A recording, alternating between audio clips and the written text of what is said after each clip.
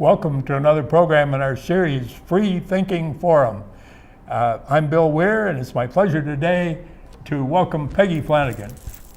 Peggy, you are now a candidate for state representative, and by the time some of these people see this show, maybe you will be. Well, I sure hope so. And 46A. Now that was Ryan Winkler's district. That's right. So Ryan Winkler was my representative, and he resigned his seat to move to Belgium to be with his wife, who got a great new job, and we will miss him tremendously. Oh, absolutely. We are missing him. Yes. And tell us about this district where you're running. Sure. So District 46A is the city of St. Louis Park, Golden Valley, Plymouth, and Medicine Lake. So not quite four all cities. Of those. I mean, you're not taking in all It's of Plymouth. portions, right, of each of those communities. So, and you live in St. Louis Park? I do live in St. Louis Park, yes. With some other people? With some other people. I live with my family, with my husband, Tim, and our 2.5-year-old daughter, Siobhan. And then we have a little dog named Reuben. He lives with us too. Oh, good, good. Now, when did you move to St. Louis Park? So I actually grew up in St. Louis Park. My mom moved us to St. Louis Park when I was just a baby.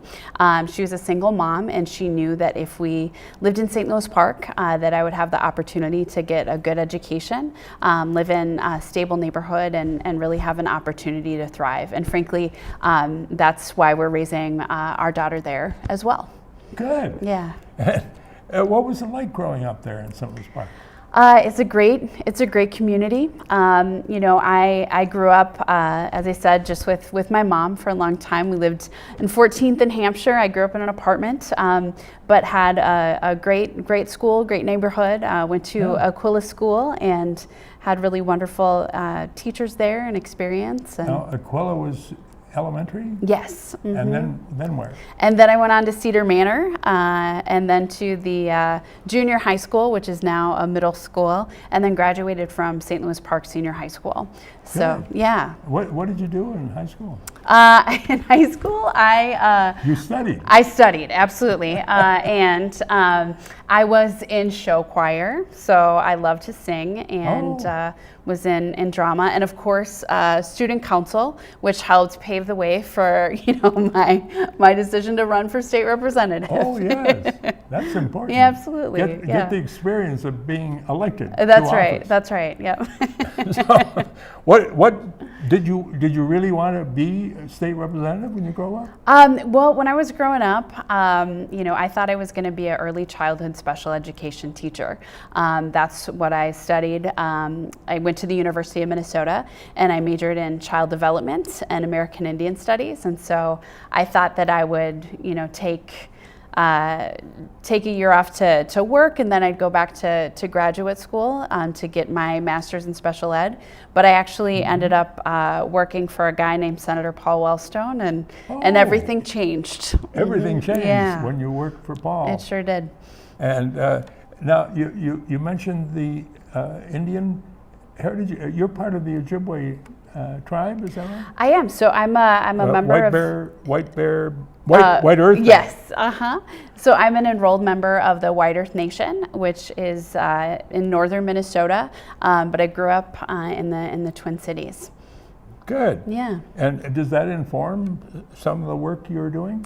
It sure does. I come from a community that really values children and elders, and also decision making, where we take into account how our decisions will affect the 7th generation, so 7 generations from now. And frankly, I think we'd be a lot better off if decision makers took that into account more often at the Capitol. I hope you can convert the others. Well, I'll do my best, but I think when we're making decisions regarding policy in particular, of course that affect our youngest Minnesotans, that should be the perspective that we take, and my hope is to be able to make decisions through that lens. Good. And now, how did you get involved in the Wellstone campaign? Well, I literally was driving past the Wellstone for Senate office in 2002 and thought, I really like that Paul Wellstone guy. Maybe I'll just stop by. And I walked in the door, and there were, like 4 or 5 people who said, "Welcome, come on in." And I ended up volunteering and stuffing envelopes with complete strangers. Don't we all stuff that? That's right. That's right. I sure. And I was sitting at this table with folks from all across the state of Minnesota, from different walks of life, but who are all united in supporting Paul and his vision for a Minnesota where we all do better when we all do better. And I went back every day after work, and I just thought, this is what I want to do. And at the time, I never thought that meant run for office, but I knew that meant that I should be engaged and involved politically. Yeah. Mm-hmm. So you learned a lot from that Wellstone campaign. I sure did. What's the importance of an organization like Wellstone Action? So did you work there? I did. So, I volunteered on the Wellstone for Senate campaign in 2002 and really saw electoral politics and organizing as a way to improve people's lives. And so built a lot of relationships on that campaign, folks like Jeff Blodgett, who was Paul's campaign manager, Pam Costain, who worked on a lot of his field and outreach work, and stayed connected to those folks. And, they kept me involved with organizing work around education and working on additional campaigns for folks that I believed in, and eventually asked me to come on board with the organization called Wellstone Action. And Wellstone Action grew out of the late Senator Paul Wellstone's campaign. So as you know, tragically we lost Paul and Sheila and their daughter Marcia, and 3 campaign workers and 2 pilots on October 25th in 2002. And it was an incredible tragedy, and folks from the campaign and from Paul's family came together to talk about how do we honor the legacy of Paul and Sheila Wellstone, and had a conversation about, we could plant a garden or we could name a school, and all those things happen, but what folks really decided was that we should continue the legacy of Paul and Sheila by continuing to teach folks how to organize and run progressive campaigns. So that organization was born, and I was asked to come on and do some training. So it's a training organization that works with folks all across the country, and eventually was brought on to work for them full time. Great. Yeah. Well, you must have really learned a lot from working on the Wellstone campaign. I sure did. How to talk to voters and knock on doors, and and also the importance of building relationships. So I was able to create a program called the Native American Leadership Program within Wellstone Action, and traveled across the country in Native American communities, and worked with young people who are organizing on issues of getting recycling to their community or additional funding for their community colleges, people who wanted to run for office or work on issues of domestic violence. And so just had a really good time going across the country and meeting folks who wanted to make change in their communities. Helping the budding leaders. That's right. Blossom. Absolutely, yes. It's very exciting, and it was a lot of fun. Now, you're currently executive director of Children's Defense Fund in Minnesota. Right. What draws you to that work? Well, a little over 2 years ago, I received a call from Marian Wright Edelman, who runs the Children's Defense Fund, and she is a sort of icon from the civil rights movement. And she said, "Hey, I'd like to ask you to apply to be our executive director in Minnesota." And first I thought it was someone just pulling my leg, because it's not often that Marian Wright Edelman calls you.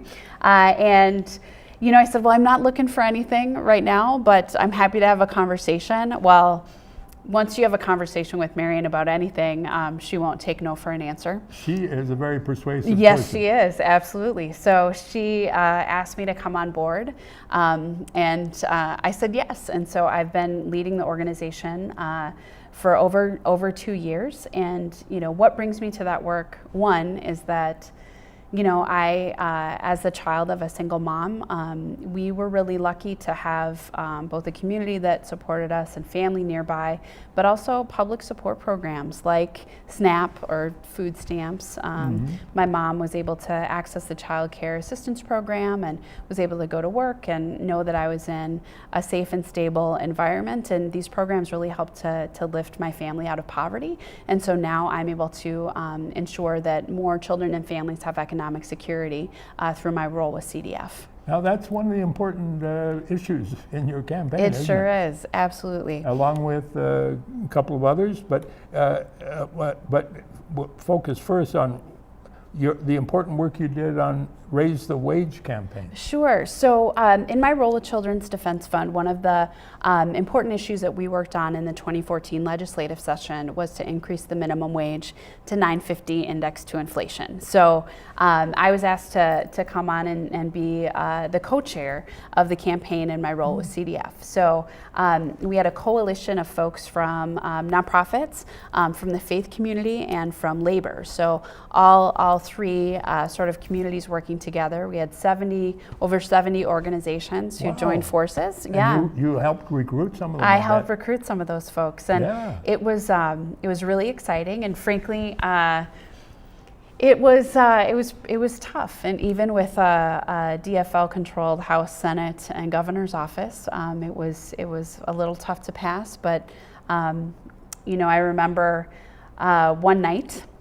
where we didn't think it was going to pass, and I was feeling pretty frustrated, and I went into my daughter's room and just kind of watched her sleeping, and you know, just thought about how parenting in general is pretty tough work, and and what would that have been like if, you know, I was worried about how to keep a roof over her head or clothes on her back or food in her belly. And you know, I did what anyone does when they're frustrated and a little sad, and you know, I called my mom and I said, you know, Mom, I don't know that we're going to be able to pull this off. And she said, you know, I wish that there would have been a coalition like this around when you were growing up.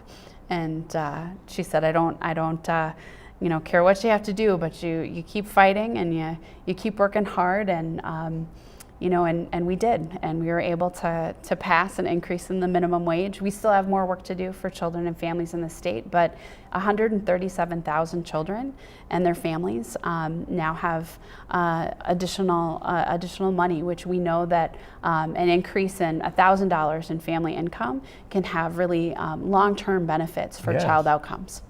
And you worked also, tell us about the work you did on Minnesota United for All Families. Sure. So there was an amendment that was put on the ballot to restrict marriage between just only a man and a woman. And myself, along with, you know, hundreds of other folks were working on this campaign and knew that wasn't right. So we worked to defeat that amendment. My job was to do outreach in communities of color to ensure that folks knew what was at stake, and built a lot of relationships with folks. And, you know, but the bottom line of the campaign was really that no one should have a decision in who you decide to love except you and your partner. And so we were victorious in defeating that amendment, and then that also helped the House to flip into Democratic control, and we also were then able to pass marriage equality. And eventually the rest of the country caught on when we recently passed, you know, in the Supreme Court, that marriage between same-sex couples is now the supreme law of the land. And I think across the country, when that went on the ballot for a constitutional amendment,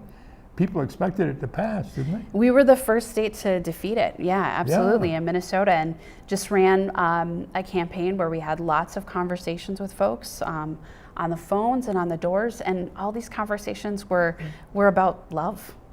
And love's a pretty powerful thing and a pretty persuasive thing. You're right. Yep. And do you know yet what issues you're going to work on at the Capitol?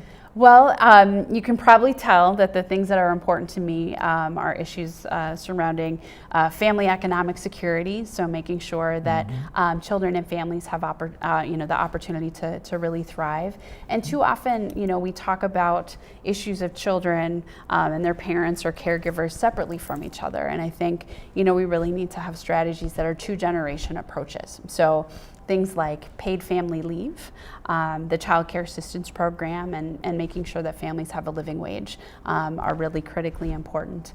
And of course, the other issues that I care about, the education is something that's incredibly important to me, both of a mom of a 2.5-year-old daughter, but also someone who's still paying back student loans, knowing that, when we talk about education, and I think it's the thing that I hear mostly on the doors, that people, it's most important to them. When you're door knocking, the folks talk about education. Yep, they talk about education, and we talk, a lot of folks were disappointed that universal pre-K did not pass in this last legislative session. So I'm talking to a lot of young families who think that that's something that would make a real difference for them and their families. So I hope to be able to work on making preschool more accessible for families across the state. Good.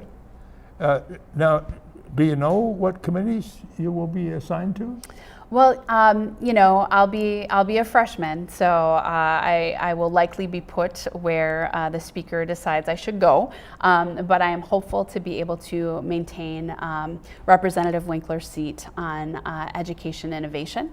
Education Innovation. That's right. It's the Education Innovation Committee. So that's work that's really important to me, and a committee where, in my role with Children's Defense Fund, I've actually spent quite a bit of time in those committee hearings. So hope to be at the table and not behind the table like I've been, at CDF. The other committees that Representative Winkler served on was higher education, and then public safety finance, which is something that I'm certainly interested in, and I'll see where I'm put, but my priority is education innovation, so I hope I get to serve there. Yeah. And do you have issues in transportation? Well, I think that bridge over Highway 100.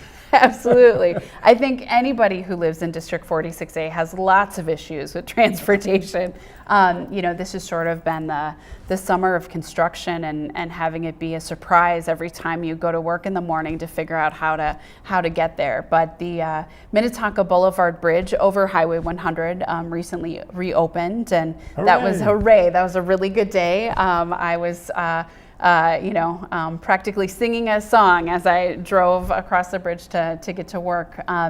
But I think the biggest thing is making sure that we're working in partnership with the city and the Department of Transportation to make sure that residents are safe.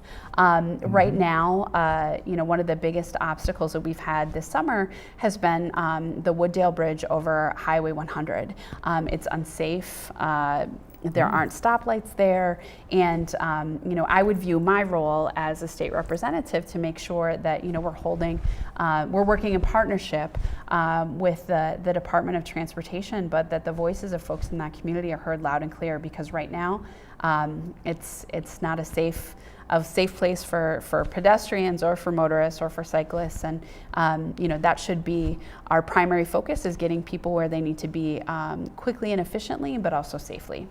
And not just in your district, but you'll be working on, hopefully, on statewide. Absolutely, and certainly the light rail is something, Southwest Light Rail is something, that's really important. I think we need to invest in it and do it right the first time, and I'm encouraged by the level of conversation that's happening right now, and I'm hopeful to be a part of it.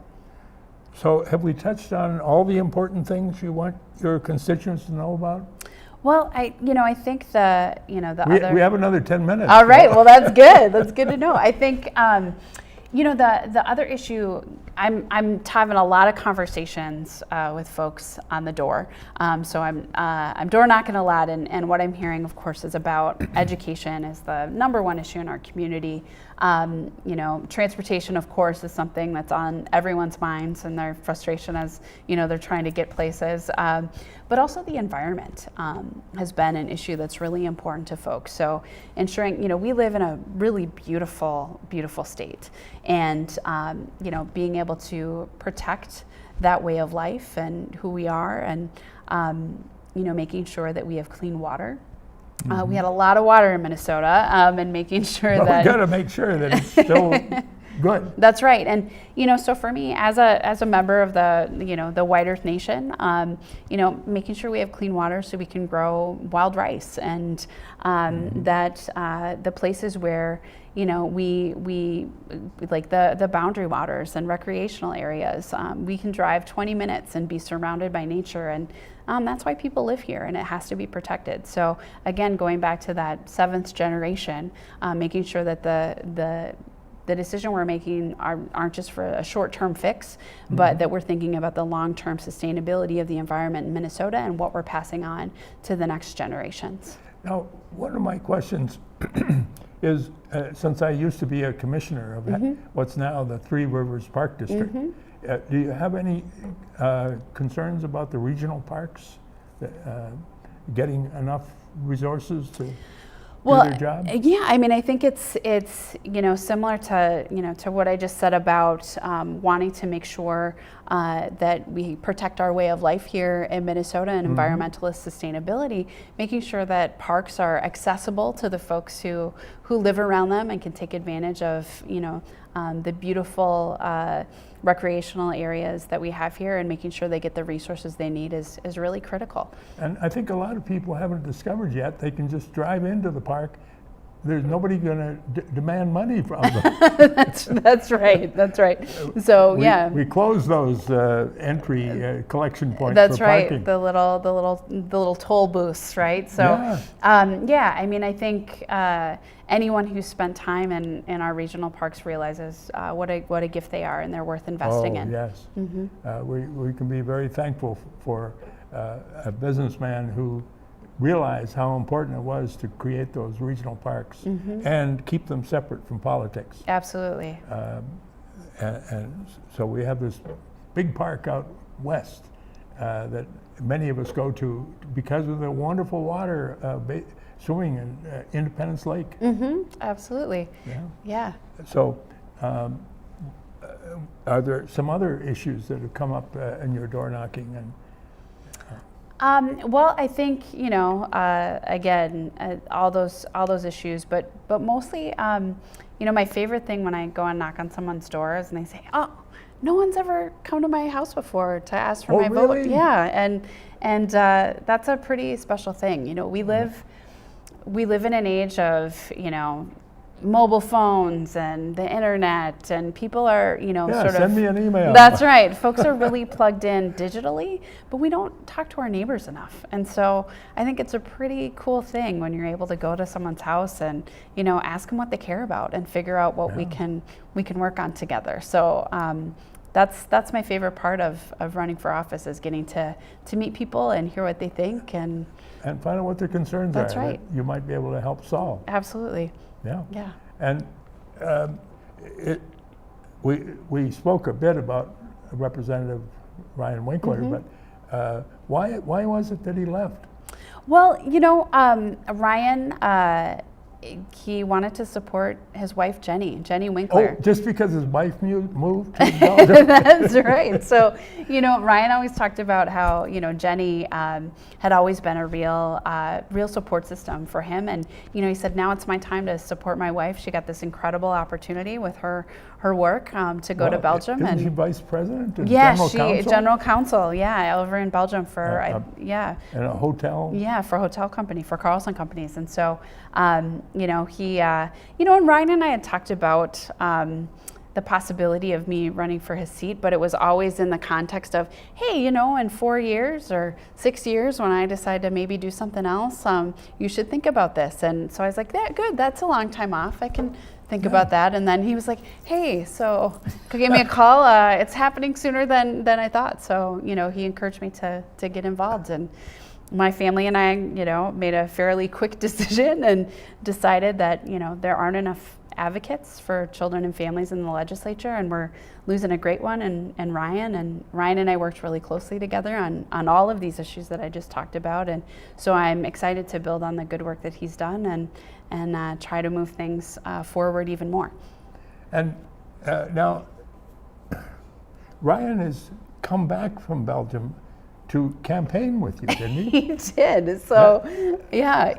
So, he wins an award for being the volunteer who, has traveled the furthest distance to knock on doors. But yeah, so Ryan came back and he took some turf and knocked on doors and had a conversation and with voters, and I'm just really, really lucky to have his support, and oh, yes. Maybe we'll convince him to come back for the election day. We'll see. Well, he can't vote now. He can vote absentee because he's that's still right. he's still a citizen of the United States and a resident of the 46A. district. Yep. So well, maybe he can round up some more. I hope so. Folks who are abroad right now. That's right. and people can vote before election day, can't they? Yeah, so we've got no excuse absentee voting now in our state, which is wonderful. So you just fill out an absentee ballot, and and don't need a reason why, and can sort of be on your way. You can also go in some communities to City Hall and vote early. So if you're going to be busy, I've done that yeah, it's great. So if you're going to be busy on election day, there's the beautiful thing about Minnesota is that we really encourage civic participation and for folks to get out and vote. And so I think we should make it easier for people to cast a ballot and not more difficult. And we're lucky to live in a state where there's lots of different ways that people can cast a ballot. I like to vote early so that I can get a sample ballot and take it home to show my neighbors. That's right. You absolutely can do that. Yeah. Mm-hmm. And there's also now, how soon, am I right that there's nobody running against you? That's correct. So I am. How did this come about? I don't know. You scared them off. I guess. So, I'm running unopposed, but that doesn't mean that we've taken anything for granted. No. I've been knocking on doors and calling folks and raising money, and and frankly, I'm going to have to run again in 2016. So we want to make sure that I'm building relationships with folks in the district. I know what they care about, because frankly, I'll have to govern fairly quickly, and want to make sure that I know what's on the hearts and minds of people in 46A. Good. Yeah. Now we've got about 2 minutes left. Yeah. And what you did sing.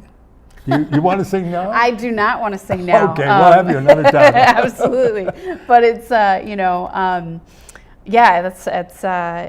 part of the beauty of growing up in St. Louis Park. We had great teachers. So I had a lot of choir directors and people who sparked that arts education and interested me. And so it's been fun to go back to the high school and see some musicals and go to some choir concerts and relive my glory days, right? Singing in the choir. So you're deeply involved in St. Louis Park and also now Golden Valley, getting acquainted with you? Absolutely. So, we went to Plymouth? Yeah, I grew up going to Good Shepherd Church there in Golden Valley, which is in the district, and my mom's best friend lives on Medicine Lake. And so, I grew up swimming in Medicine Lake and pulling weeds for, $1 for the afternoon. And